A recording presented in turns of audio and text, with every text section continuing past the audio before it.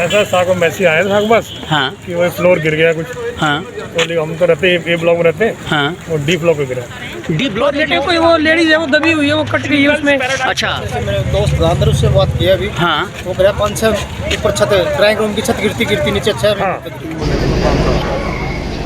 से 6th floor पर leak है और फर्स्ट फ्लोर तक जो लेंटर था ना वो नीचे का फ्लोर था, वो नीचे तक पूरा का पूरा फ्लोर मतलब पूरा लेंटर पर गया सारा, और उसमें तोड़ते हुए सारे नीचे तक दो के जो। विश्व के मानचित्र पर गगनचुंबी इमारतों से अपनी पहचान बनाने वाला गुरुग्राम आज इस हादसे का शिकार हुआ है। दरअसल एम्बुलेंस की सायरन और पुलिस की गाड़ियों की आवाजें चीख चीख कर कह रही है कि सोसाइटी में कोई बड़ा हादसा हुआ है। वाकया शाम 6 बजे का है, जब चिंटल पैराडीसो सोसाइटी जो गुरुग्राम के सेक्टर 109 में है, दरअसल द्वारका एक्सप्रेसवे के किनारे ऐसी गगनचुंबी इमारतों से सजी कई सोसाइटियां हैं, तो कई हाई प्रोफाइल लोग भी इस इलाके में रहते हैं। इसी चिंटल सोसाइटी में शाम 6 बजे एक बड़ा हादसा हुआ। 10 फरवरी का दिन था और शाम 6 बजे एक हादसा हुआ। दरअसल इस सोसाइटी के डी टावर में 7th फ्लोर पे काम चल रहा था और जो जानकारी है उसके मुताबिक 7th फ्लोर पे रिनोवेशन का काम चल रहा था। उसी दरमियान डाइनिंग रूम का छत गिर गया।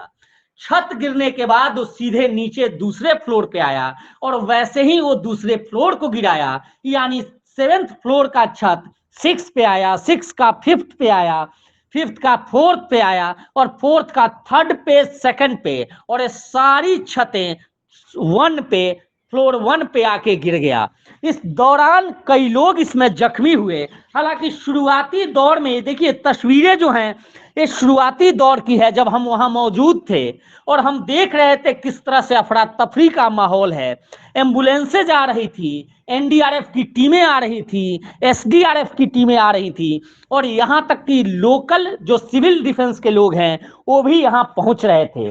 दरवाजा गेट आप देख सकते हैं कि सोसाइटी का गेट है और किस तरह से जब पुलिसकर्मी और बाकी लोगों ने गेट बंद कर दिया, मीडिया की एंट्री भी नहीं की दी गई और कहीं ना कहीं लोगों को यह डर था कि मीडिया अंदर जाएगी तो रियल तस्वीरें दिखाएगी और जिससे और भी प्रशासन और सबकी फजीहत होगी। उस वक्त कुछ लोगों से हमने बात की थी और आइए सुनवाते हैं कि ये लोग उस वक्त क्या कुछ कह रहे थे। अगर मेरे बच्चे यहाँ रहते थे, 1 महीने पहले गए यहाँ से, 3 दिन पहले गए।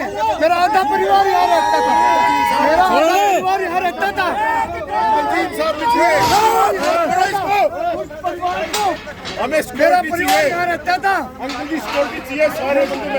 मेरा परिवार यहाँ रहता था, मेरा परिवार यहाँ रहता था। अभी थोड़े दिन पहले मेरे दोस्त गांधर से बात किया अभी। हाँ वो कह रहा 5-6 ऊपर छत है, ड्राइंग रूम की छत गिरती नीचे 6 बिल्कुल बेसमेंट में। अच्छा 6 फ्लोर नीचे धस गया है। हाँ नहीं नीचे नहीं दसा, एक ड्राइंग रूम की छत गिरती उसको ले गई। 6 गिर गया। ये इन लोगों की बातें सुनने के बाद किसी को कुछ समझ में नहीं आ रहा था कि आखिर इस सोसाइटी में हुआ क्या है। उस वक्त जितनी जुबान उतनी बातें हो रही थी। कोई कह रहा था कि दर्जनों इसमें दब के मर गए, तो कोई कह रहा था कि एक बड़ा हादसा है और सब लोग बंधक बने हुए हैं। हालांकि पूरी रात रेस्क्यू ऑपरेशन चलता रहा। मौके पर गुरुग्राम के डिप्टी कमिश्नर भी पहुंचे थे और आइए देखिए वो डिप्टी कमिश्नर क्या कुछ कह रहे हैं इस मामले में। डीसी साहब ने साफ कर दिया, ये रात करीब 12:30 बजे डीसी साहब का बयान आता है और वो साफ कर देते हैं कि इस पूरे मामले की जांच वो एडीसी विश्राम कुमार मीना से करवाएंगे और जांच रिपोर्ट में जो कुछ सामने आएगा उस पर त्वरित कार्रवाई की जाएगी। डीसी साहब निकलते हैं लेकिन तब तक कुछ अंधेरा छटता है और यहां तक बात सामने निकल कर आ जाती है कि जो अंदर फंसे हुए लोग हैं उसमें एक आईएएस ऑफिसर भी शामिल है, वो अपने परिवार के साथ वहां रहता था और उसको लेकर रेस्क्यू का काम शुरू होता है।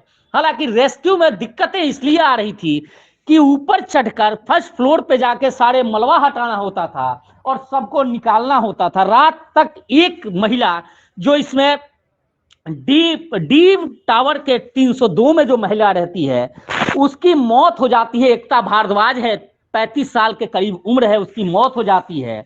और उसके बाद रात को आनन फानन में प्रशासन ने ये जो चिंटल बिल्डर है इसके मालिक अशोक सुलेमान के खिलाफ एक मामला दर्ज करती है। हालांकि आईपीसी की धारा 304A और 34 के तहत मामला दर्ज किया जाता है, लेकिन सबसे ज्यादा फोकस उन लोगों को निकालने की होती है जो लोग इस मलबे में दबे होते हैं। सुबह का वक्त होता है और सुबह तक यह रेस्क्यू जारी रहता है। करीब 16 घंटे कंटिन्यू राहत कार्य करने के बाद जो ऑफिसर है दबे होते हैं, जिनके बारे में कहा जाता है कि वो आईएएस है, उनकी सूचना मिलती है और सामने निकल कर आता है कि ये सेंटर में आईआरएस अधिकारी हैं, यानी इंडियन रेलवे सर्विस के ऑफिसर हैं, एके श्रीवास्तव और अरुण कुमार श्रीवास्तव हैं। और फिलहाल ये वेयर हाउसिंग कारपोरेशन के एमडी बताए जाते हैं। उनको बड़ी शालीनता के साथ और काफी जदोजहद के बाद उन्हें जिंदा वापस निकाला जाता है, जिन्हें मैक्स अस्पताल भेजा जाता है जहां उनका उपचार हो रहा है। लेकिन इस पूरी घटना में एक और महिला जो अंदर दबी होती है उसको निकालने में कामयाबी नहीं मिल पाती और उस महिला ने भी दम तोड़ दिया। यानी इस पूरी घटनाक्रम में 2 लोगों की जाने जाती है और कई लोग दहशत में होते हैं। अब पूरी इस प्रक्रिया, पूरी इस हादसे को अगर हम देखें तो कहीं ना कहीं ये पूरा हादसा बिल्डर की लापरवाही का सामने आता है और खास तौर पे ये हादसा उन लोगों के लिए भी एक बड़ा हिदायत है, सावधानी करने वाला है जो लोग ऐसी गगनचुंबी इमारतों में, अपार्टमेंट्स में करोड़ों का फ्लैट खरीदते हैं, लेकिन खरीदते वक्त गुणवत्ता का ख्याल तक नहीं करते। यानी रिनोवेशन टाइल्स लगाई जाती है और वहां एक हथौड़े की मार से और उस रिनोवेशन के दौरान अगर किसी बिल्डिंग का छत गिर जाए तो आप समझ सकते हैं कि उस बिल्डिंग की नींव कितनी मजबूत होगी। हालांकि हमने जब उस इलाके में लोगों से, आरडब्ल्यूएच से बात करते हैं तो उन लोगों का साफ कहना है कि इससे पहले भी इस तरह का हादसा इसी चिंटल सोसाइटी के ए ब्लॉक में हो चुका है और उसकी शिकायत इन्होंने पुलिस को भी की थी, प्रशासन को भी की थी और यहां तक कि मुख्यमंत्री को भी ट्वीट किया था, लेकिन किसी ने सुनवाई नहीं की। और 6 महीने बाद एक बड़ा हादसा हुआ जिसमें कई जिंदगियां तबाह हो गई तो कई जिंदगी मौत के मुंह में समा गई। लेकिन सवाल वही है कि पुलिस ने क्या केवल मामला दर्ज कर पल्ला छुड़ा लिया अपना, या फिर इसमें कोई कार्रवाई भी होगी। इतना ही नहीं, आपको बता दें कि इलाके में जितनी भी सोसाइटियां हैं, लोगों का साफ कहना है, इलाके के लोगों का, कि ये खारे पानी से बनाई जाती हैं। ये इलाका खारे पानी का है और पहले ये इलाका बिल्कुल डूब क्षेत्र था जहां पानी इकट्ठा, पूरे गुरुग्राम का जल इकट्ठा होता था।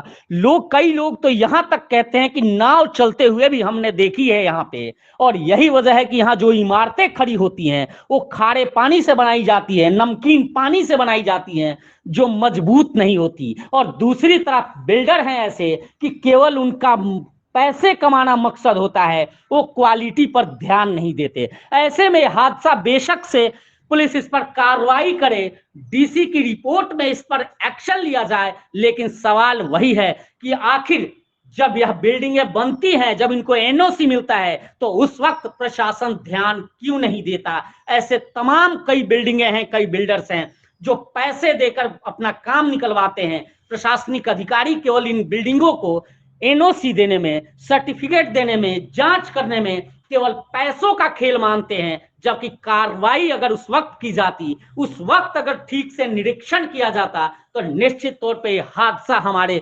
सामने नहीं आता। हालांकि यह एक वानगी है और अभी भी प्रशासन अगर नहीं चेता तो इस इलाके में कई ऐसी इस तरह की इमारतें हैं जो ऐसी धराशायी होने के कगार पे हैं और जहां के लोगों को दहशत है। साथ ही चलते चलते एक सवाल और आपसे करूंगा मैं कि बिना भूकंप अगर इतनी बड़ी हादसा, फ्लोर का फ्लोर गिर जाना, आपके सामने है। तो अगर गुरुग्राम जहां भूकंप आए दिन आते हैं, अगर भूकंप आ गया तो फिर गुरुग्राम का क्या होगा? सवाल बड़ा है और इसका जवाब निश्चित तौर पे प्रदेश के मुख्यमंत्री या प्रदेश के ऐसे प्रशासनिक अधिकारी देंगे जिन अधिकारियों की जिम्मेदारी है यहाँ के लोगों की सुरक्षा। आज जिस तरह से बिल्डर को सुरक्षा देने की बात की जा रही है, आज कल यही सुरक्षा अगर हम लोगों को दी जाती, इन लोगों को दी जाती, तो आज ये बड़ा हादसा नहीं होता। फिलहाल इस पेशकश में इतना ही। देखते रहिए प्रवासी एक्सप्रेस।